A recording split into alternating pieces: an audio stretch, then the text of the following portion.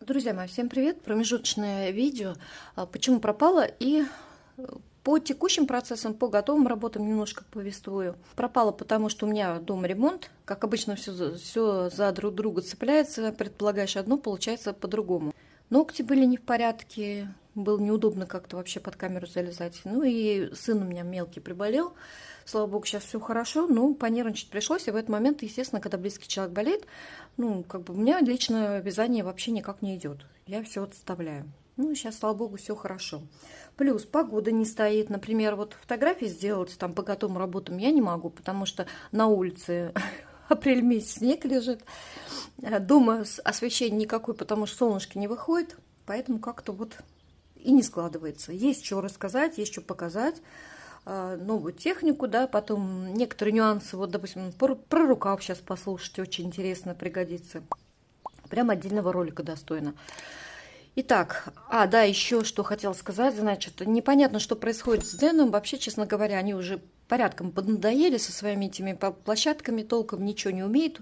Перекатали интерфейс у Ютуба этот Дзен. Значит, только народ начал привыкать, давай загонять нас на Рутуб.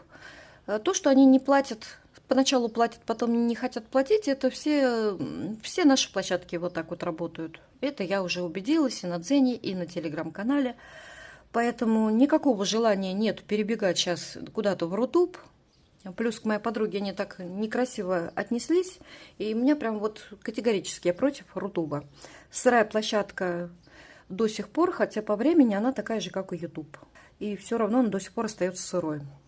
То есть берутся перекатывать, берутся делать, куда-то завлекают, привлекают, ничего толком не умеют делать.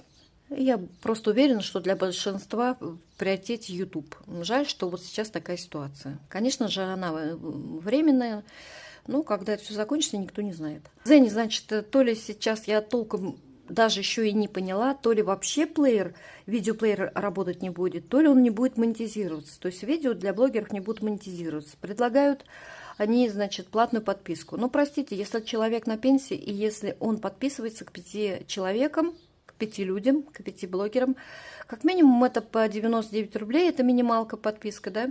Это 500 рублей. Не знаю, это вроде как и немного, но для чего так все усложнять? Уже оставьте всех в покое, в конце концов. В общем, я не хочу своим подписчикам, своим зрителям предлагать никакие платные подписки, поэтому, решая, куда все-таки заливать, дублировать ролики с Ютуба, я, наверное, все-таки располагаю, хотя мне тоже не нравится ВК, там такая же история, вначале платят, потом не платят, но это касается только блогеров. В конечном итоге, наверное, выберу ее. Поэтому ссылочка появится внизу на ВК-сообщество. Его надо создать, у меня его нет еще. Какие-то схемы у меня в ВК есть. Кстати, можете подписаться на ВК, чтобы не потеряться, мало ли что с Ютубом. И позже можно будет оттуда перейти на ВК-сообщество. Но я думаю, информацию можно будет там дать. Итак, начну я, значит, с японского плеча. Это мое первое изделие, пряжа от Марушки. Расход 420 грамм, пока не забыла. Вязала резинкой 2 на 2. Первое мое японское плечо, как видите, сзади шовчик, выделила его на лицевую сторону. На втором изделии сделала точно так же. Видите, здесь какая красивая косичка. По нему, вот по кофейному записано у меня МК. МК будет расчетный, так как пряжа здесь не бюджетная, поэтому связать сможет любой и из любой пряжи. Значит, вязала резинкой 2 на 2. Рукава еще не стираны. Вязала в 2 нити, добавляла нить шишибриками в каждом третьем ряду. Видите, блестит. Замечательно. Значит, пряжа мне колет. После стирки причем. В момент вязания, пока связала там перед спинку, примеряла, ничего не колет даже на нательное белье. А когда постирала, у меня очень жесткая вода. Это мне доказывают фильтры, которые мы часто меняем для питьевой воды. То ли это с этим связано, не знаю. Появилось после стирки много остевых волосков. Прям вот много их стало. Они такие, правда, мягенькие, но мне они покалывают. Я знаю решение, что надо заморозить в морозилке. Но так как у меня еще не стираны рукава, я еще пока не замораживала. И, честно говоря, у меня там места нету. Низ у меня сделан, смотрите, так, полосочки применила, значит, не могла определиться с цветами, какие 2 цвета сочетать. Сочетала 3. через полосочки добавляла, вот меняла цвета, и внизу самый такой темный добавила. Так, ну по нему коротенько. Пряжа колет, сказала, но исправить это можно. И в зиму следующую у меня будет тепленький. Кстати, я вязала на спицах номер 4. Поначалу мне казалось прям ниточка тоненькая, почему я добавила шишибрики. А в итоге, когда уже в круг пошла, в круг всегда мы вяжем туже, и прям полотно мне показалось очень толстым. Ну, для меня, во всяком случае, ну, может быть, я часто в машине там катаюсь, да, поэтому как-то по морозам, по таким суровым я не хожу, поэтому для меня, ну, даже как-то и жарковато. А в одну нить как-то она тонковата, поэтому в любом случае 2, как вам полотно-то показать, ну, вот какое-то оно прям для меня толстое кажется. Ну, на морозы пойдет. На какие-то вот вдруг какие-то морозы. Хотя у нас погода какая-то, да, вот сейчас апрель, а мы столько снега выпало, что мы столько снега и зимой-то не видели. Теперь вкратце о кардигане. Значит, у меня была нить только на жилет. Но жилет я не хочу. И это уже второй. Кто давно на канале знает, что черный я связала, подарила. И для себя вяжу белый. Хорошо, что я вязала его пошире. Я поменялась в размерах, вот сейчас прям сама оно. Итак, здесь все связано по всем правилам, со скосом проймы, скос плеча. Сделана горловина уже вот такая, не как в оригинале, у меня а-ля Кучинелли. Мне придется заказать нити, чтобы его завершить. Вот все, что отвязано, оно сейчас залито в закрытом доступе на моем новом YouTube-канале. Ну и пока как бы не сезон его открывать. И сейчас позже расскажу, мне надо будет вот этой ниточки заказать. И вот этой тоже. И это с одного магазина Cozy Wool. Да, кстати, кто будет заказывать, промокод Добро76. Воспользуйтесь промокодом для скидки. Много про него не буду говорить. Там все просто и попетельное. Расскажу уже в самом видео, какие нюансы, что кто хочет пошире, кто хочет там покороче, подлиннее и так далее. Это уже в самом видео будет. Так, теперь японское плечо давайте. Значит, в японском плече мы делаем двойной скос. Углубление по горловине. Отвязали спинку. Ну, не всю, конечно же, там до подрезов и можно меньше. И потом переходим к вязанию переда. По плечевому скосу двойному мы набираем, поднимаем петли, равное количеству, как и на спинке, и отвязываем прямой участок, энное количество рядов. В теоретической части я рассказывала, почему мы вяжем именно вот такое количество прямых рядов, а не другое, а не на глаз. На глаз я не хочу, поэтому я пока вникала, пока экспериментировала методом проб и ошибок, вывязывала один треугольник для того, чтобы понять, где у нас находится настоящий скос, не двойной, а обычный скос. Вот он, да, его видно. Вот как изделие лежит.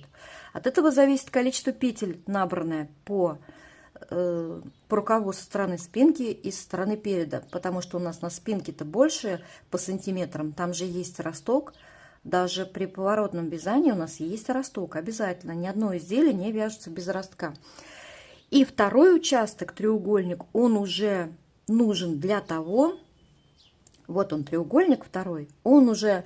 нам разворачивают петли параллельно петлям спинки, для того, чтобы нам дальше вязать по прямой. Ну, но за исключением петель, которые мы должны прибавлять для формирования горловины, и скос проймы. Но такая конструкция простая, я считаю, что это простая, хотя мне начали писать комментарии, что значит, зачем так заморачиваться, там есть, вот там-то есть проще. Да, может быть, есть проще, но человек вам когда объяснил, что здесь вяжется по прямой, ничем не обосновав, потому что мне нужно понимать, я хочу понимать, почему не на глаз я должна там какое-то количество рядов провязать, а именно такое-то количество рядов, да. Вот, и люди не дослушивали, и получается, они, наверное, сделали вывод, ну вот кто писал, да, что здесь какие-то укороченные ряды есть. Нет, наоборот.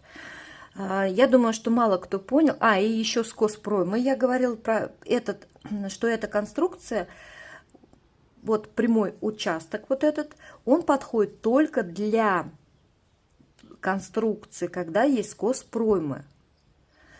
На самом деле, если бы скоса проймы не было, то конструкция получается сложнее по переду. Ну, в общем, не хотят слушать. Я так поняла, что людям удобнее все-таки вязать по чужим петлям. Я так не хочу, я не умею и не буду так.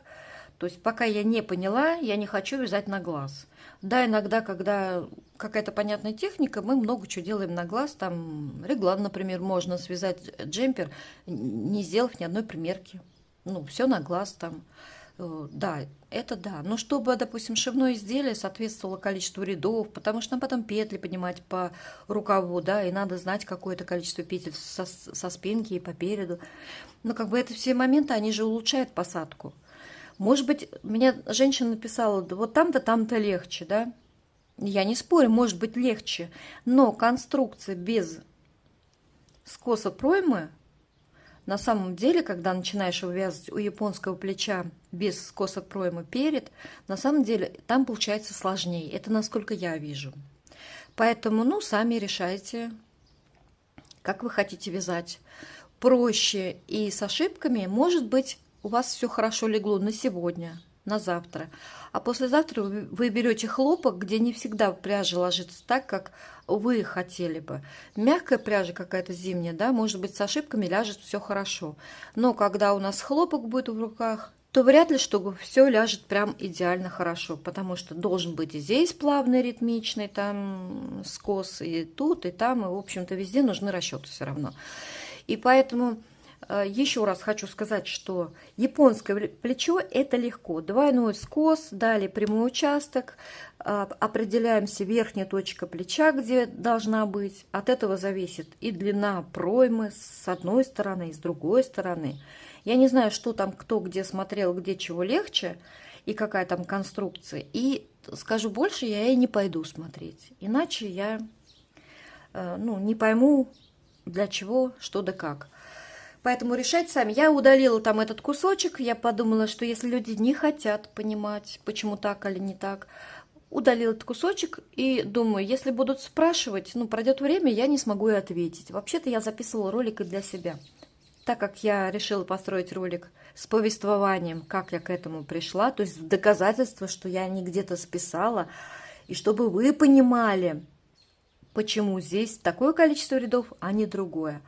Но получилось, что получилось. То есть я этот участок вырезала. Значит, просто будет повествование, что в 2 раза короче, чем двойной скос. Вот и все.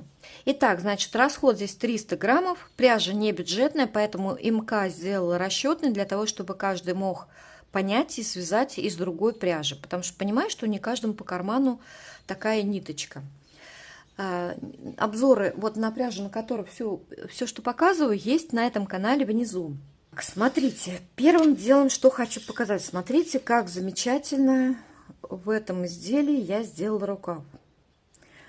Здесь я экспериментировала. И смотрите, на данный момент, как выглядит изделие, как будто оно пришит, да, вот рукав будто бы пришит из-под корпуса джемпера. Я и сама была немножечко, честно говоря, в шоке. До чего же доводят эксперименты. Иногда получаются вот такие вот удачные эксперименты. Теперь жалею, что я вот там на кофейном не сделала, на марушке вот не сделала. Но теперь во всех следующих изделиях буду вот такой способ применять. Я его опубликую на новом канале.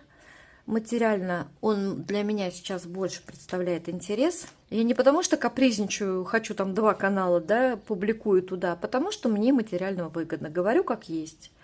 Маленький канал, причины называть не буду, чего к чему. Для меня сейчас представляет больше интерес. Поэтому по рукаву, поэтому. Потом еще очень интересный будет ролик про горловину. Не в техническом плане, а в плане, что... Нет, не хочу забегать вперед. Это будет очень интересный ролик, и я его уже... То есть у меня все записано, и будет он на маленьком канале. Ниточка, я начала вязать в том году, из нее кардиган ажурный. 500 грамм хватает на кардиган укороченный при при метраже 180 метров. Это шнурочек вот такой тоненький. Вяжу на спицах номер 4. Сейчас покажу, как выглядит спица номер 4 и как выглядит ниточка. Вот так вот. То есть, да, тоненькая такая пряжа.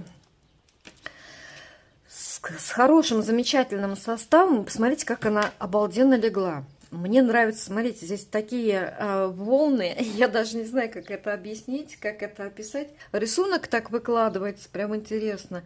Поначалу вот в кардигане ажуром мне пряжа в расцветке не понравилась, хотя здесь очень приятный лимонный цвет и серый. Серый он у нас вообще парадный, нарядный такой считается, и пирамир. Вот, в целом пряжа холодного оттенка не мое, но мне прям безумно нравится эта расцветка. Кстати, здесь состав прям замечательный, здесь вискоза 50, но она вот как вискоза не ощущается вообще. 30% шелка, вот шелк здесь прям чувствуется. Когда я связала образец лицевой гладью, а не ажуром, да, то мне лицевая гладь прям впечатлила, потому что это получилось такой прям, сейчас вот поближе покажу, я даже не знаю, как показать, как это объяснить. Ниточка такая прям шелковая, она не цеплючая, вот как вискоза, не цепляется нигде. Вот у меня там камушки, да, там есть. И вот вяжешь, она не цепляется, нигде ничего там вот, не знаю, ну нигде не цепляется. Из-за того, что шнурок может быть поэтому. И 20% ПА для стабильности. Хорошо, когда и ниточка натуральная, ну и неплохо, когда есть что-то стабилизирующее. Этой нитки я просто в восторге. Значит, смотрите, по расходу мне придется докупать. У меня здесь 180 метров на 100 грамм, 500 грамм. Это 900 метров. По большому счету на кардиган, который я спинку отвязала и распустила в том году, ажурным узором у меня ушло 1/5, чуть-чуть больше, чем 1/5 на спинку целиком почти. Поэтому на кардиган какой-то укороченный вот хватит, да, ажурный.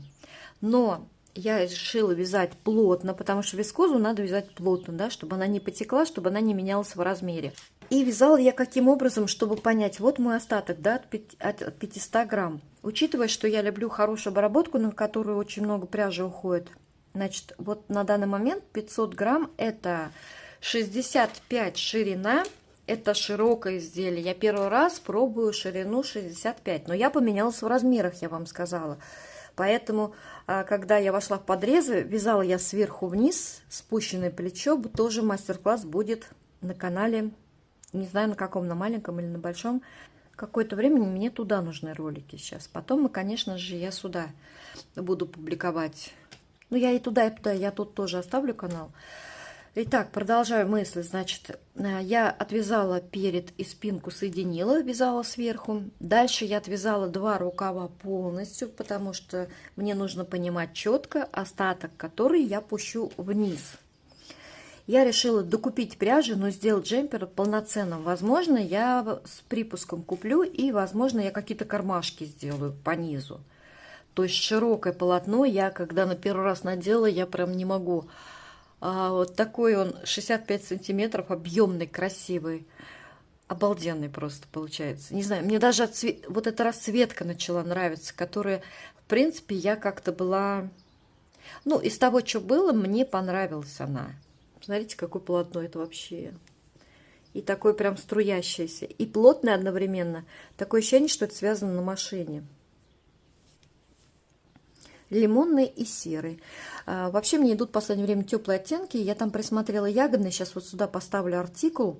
И если вас заинтересует, кстати, кардиган Кучинелли, вот рукава хочу тоже для рукавов докупить пряжи. И вот эта пряжа из одного магазина Cozy Wool, промокод Добро76. И хочу докупить еще там какой-нибудь оттенок. Вот ягодный мне там понравился. Это то, что вот... Хотя мне, я не знаю, одно время голубые шли, зелененькие шли. Ну, пока я там присмотрела желтый с оранжевым и ягодный. Не знаю как, пока еще не определилась, но в любом случае, вот сейчас мне надо докупать вот эту пряжу. И возьму, прям обязательно себе возьму еще. Хочу еще. Может быть, даже такой же джемпер, но нет. Второй, наверное, ну, как бы глупо вязать, да, что-нибудь одинаковое. Хотя их же в разное время носишь. Ну, что-нибудь другое обязательно свяжу. Наверное, применю... Да, у меня здесь была такая... Еще... Ах, нет, я, пожалуй, не буду озвучить, но здесь была в рукаве такая идея, которую я решила применить в другом. Она будет хороша на однотонной пряже. Я начала здесь вязать, все вот это у меня получилось. Я так рада была, прям говорю, вообще что-то новенькое такое будет на канале. Ну и в гардеробе моем в том числе. Вот, а потом подумал, не, вот как-то в секционной пряже она не идет. Прям вот не идет и все. Вот я зацепила здесь ниточку, поставила здесь маркер для того, чтобы мне понимать. Я вот этот остаток замерила, сколько он у меня весит. Так, 68 грамм даже озвучу, чтобы не забыть. И вот сейчас отвяжу вот так, да, и мне примерно еще вот так 68 грамм надо.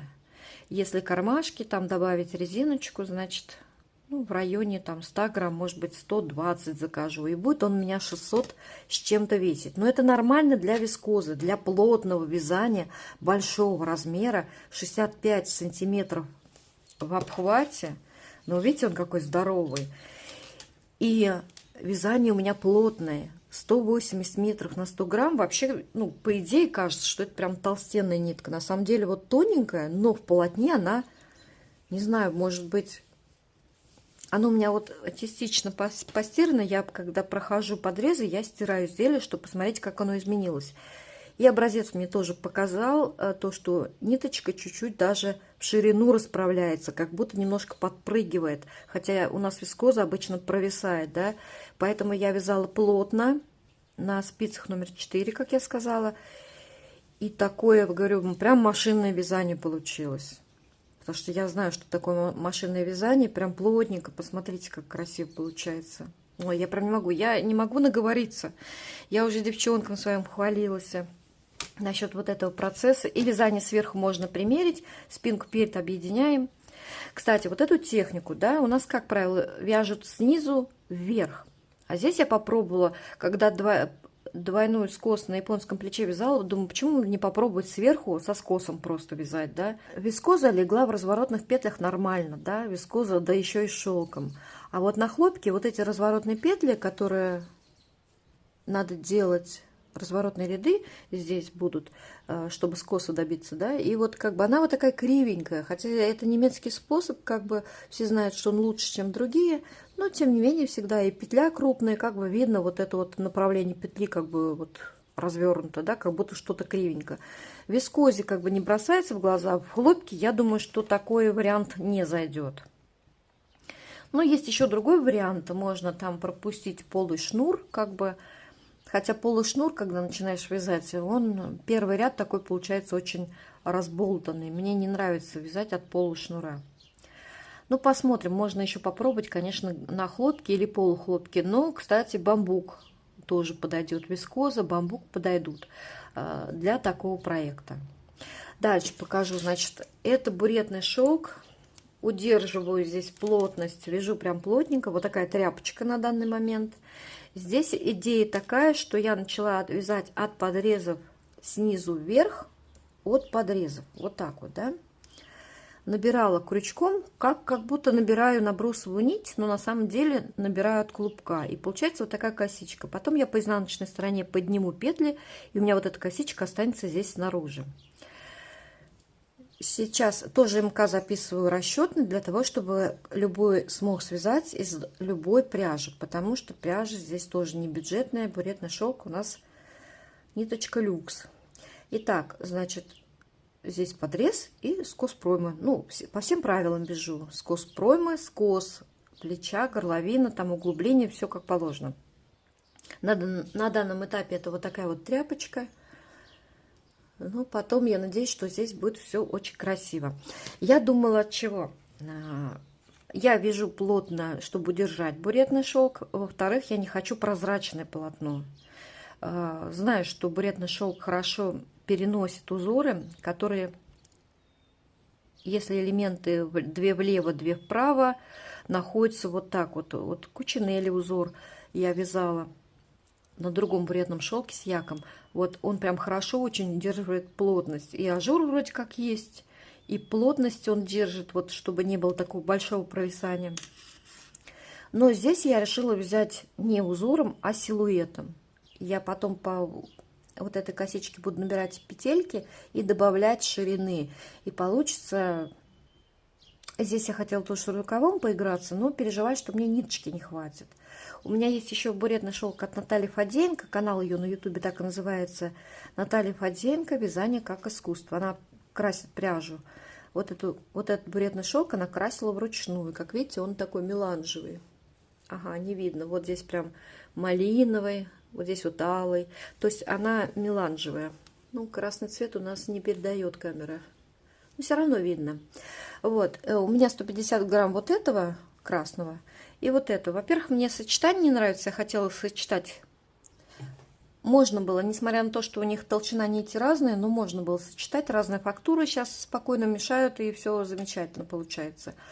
Значит, но решила сэкономить. Я подумала, если мне вот сюда не хватит, я лучше докуплю. И если мне вот сюда не хватит на красный, я тоже докуплю. И получается, что я потрачусь немножко еще, да, но получается, что у меня будет две вещи. Таким образом я сэкономлю.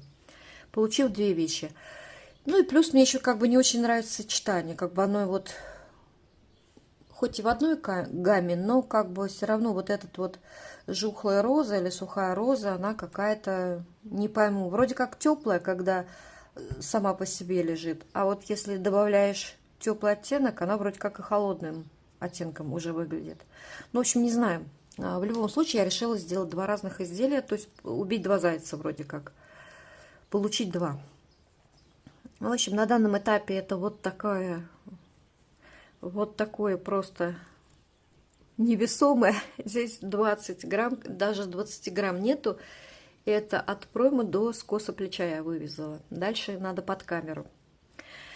Ну, надеюсь, что это будет что-то уникальное. Ну, во всяком случае, задумка есть. Не знаю, получится ли она и как там что по расходу. Да, еще когда будет видео о рукаве, я расскажу, что я делаю, чтобы не получить вот здесь вот такой бугорок. Когда мы начинаем набирать вот здесь петли, обычно вот здесь такой бугорок. Он у меня вот в кофейном джемпере там виден. Вот здесь вот такой бугорочек. Тоже как бы есть маленький нюансик, чтобы его нивелировать, да, чтобы этого не было. Вот как видите, вот здесь вот еще изделие не стирано целиком, а вот этот вот переход от корпуса к рукаву без всяких вот этих вот бугорочков. Я никогда пряжу не отпариваю. Многие, может быть, чтобы вот такого бугорка не было, отпаривают пряжу, но у меня вот ничего не отпарен, да, и при этом все ровненько. В общем, очень довольна. Поделюсь обязательно с вами. У меня уже все записано, ну, только... И даже залито, кое-что залито уже в закрытом доступе лежит. Вопрос только открыть. Итак, присоединяйтесь в телеграм-канал, оставлю ссылку на ВК. Я сказала, да, что я сообщество создам, и туда буду тоже заливать ролики. Присоединяйтесь. И на маленький YouTube канал приглашаю. Ну а на сегодня говорю вам до свидания. Желаю вам легких петелек, девочки. Самое главное, будьте здоровы.